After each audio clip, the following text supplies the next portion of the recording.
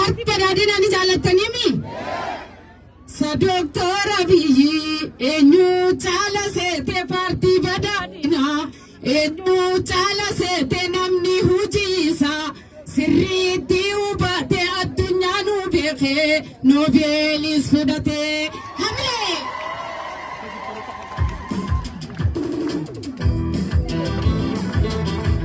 Wayana jaarsotis eenyu caala seete wayana jaarsotis eenyu caala seete namni hojii isaa sirriitti hubate hojii taajuu beekee Abiyyiin daawwatee hamilee. Shabgodaa bakkuma jirtanitti hamilee godhaa. Shabgodaa.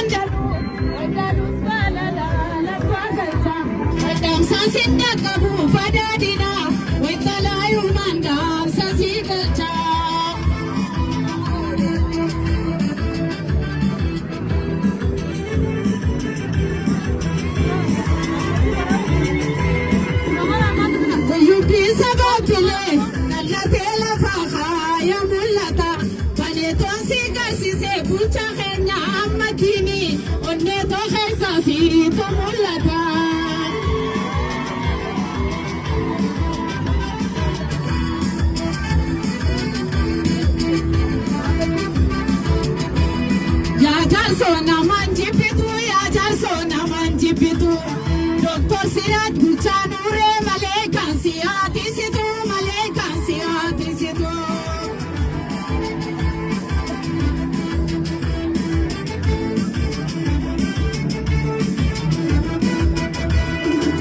Aragesi barare tulutu badabare Hokusiyar kumpeda badadina ana jarso ipirasi dabu namarare.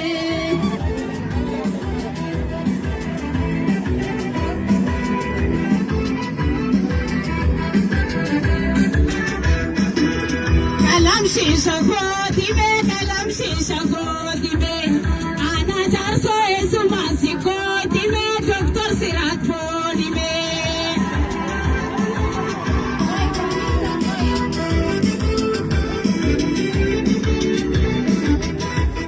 Kalam Shisha Kodibe, Kalam Shisha Kodibe, Badadina Abdi Khenya Esumasi Kodibe, Amadini Kodibe.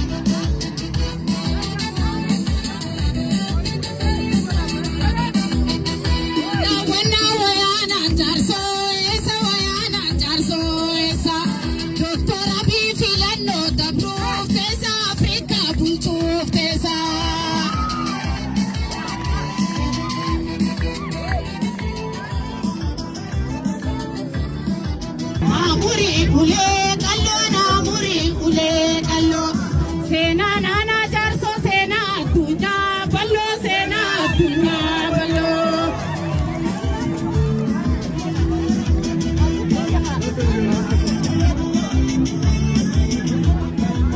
Ampadadina narke hahuji gari biya fochatu.